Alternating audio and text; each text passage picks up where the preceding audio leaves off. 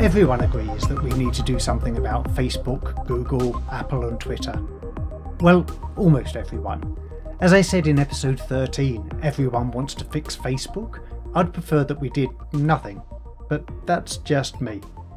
Given that the something must be done mob is likely to win, here are 3 ways we could fix Facebook. The worst way, the not quite so bad way, and let me dream a little here, the best way. If you listen to tech industry commentators, you'll hear 1,001 ideas as to what to do about Facebook, Google, Apple and Twitter. The temptation for politicians is to write all 1,001 ideas into law. Once the lawyers are done with it, those ideas will be formalised into 1,000,001 rules. Facebook will love this. Have you noticed how eager Mark Zuckerberg is to propose regulations for social media? That's because social media regulation is the best thing that can happen to Facebook. Navigating these 1,000,001 rules will be a nightmare. Facebook, with its $300 billion market capitalization, will simply hire very expensive lawyers to handle compliance. Not a problem. Facebook's competitors, on the other hand, with lesser resources, will struggle to comply. What do all those rules mean anyway? Who do they apply to? It won't be clear. The startups that might challenge Facebook's dominance will fare the worst. Many of these startups have yet to be founded. Many of them won't be founded if regulations are passed. If you're a tech founder, starting a social media company becomes a lot less attractive if social media is highly regulated. Any startups that are founded will be competing on an uneven playing field. Facebook gained all its users in an era when social media was unregulated. Any challengers will struggle to gain users in an era when social media is highly regulated. So there'll be no competition. That's why Mark Zuckerberg is eager to propose regulations. They'll strangle any upstarts. Regulation is the worst way to fix Facebook, because it'll only consolidate Facebook's dominance. Antitrust action against Facebook, Google, Apple and Twitter wouldn't be quite as bad as regulation. It would apply only to these big tech companies, not to their competitors, much less to startups. So, unlike regulation, it would not stifle competition. Even if the action were limited, it would slow Facebook down. The antitrust action against Microsoft in the early 2000s held it back in a way that seems to have prevented it from dominating the web and mobile waves to the same extent as it dominated the PC wave. Antitrust action would delight politicians and bureaucrats. They'd be falling over each other to claim the credit for being the tough leader who tamed big tech. Antitrust action against Facebook would be so much fun that it seems churlish to ask whether it's the right thing to do. But is it the right thing to do? Is Facebook a monopoly? It's not at all clear that it is. If a competitor set up an alternative social media platform called, say, TikTok, could Facebook exercise its monopolistic power to shut down the competition? No, it couldn't.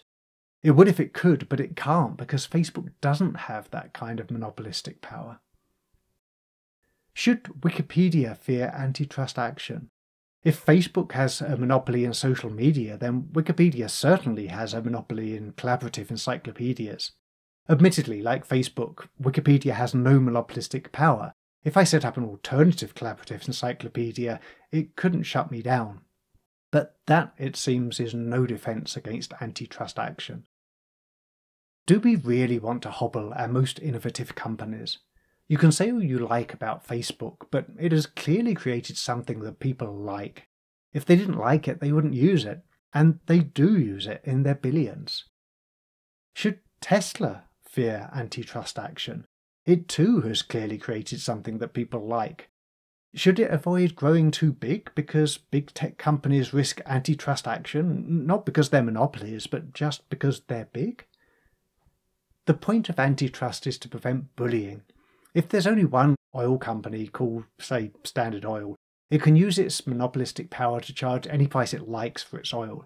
Consumers who need oil will have no option but to pay that price. Under the circumstances, charging extortionate prices is bullying. Now, let me be clear, Facebook is a bully. Its aggressive acquire or destroy approach to smaller tech companies is pretty atrocious. But who's the bigger bully? Facebook for its aggressive competition, or the politicians and bureaucrats who would use the power of their office to hobble Facebook? And who's the bigger enemy of democracy? Facebook for running a few crappy ads paid for in rubles, or the politicians and bureaucrats who would take arbitrary action against arbitrary companies just because it might make them popular? If we truly wanted to level the playing field, we might want to think about how we currently tilt it in favour of Facebook, Google, Apple and Twitter.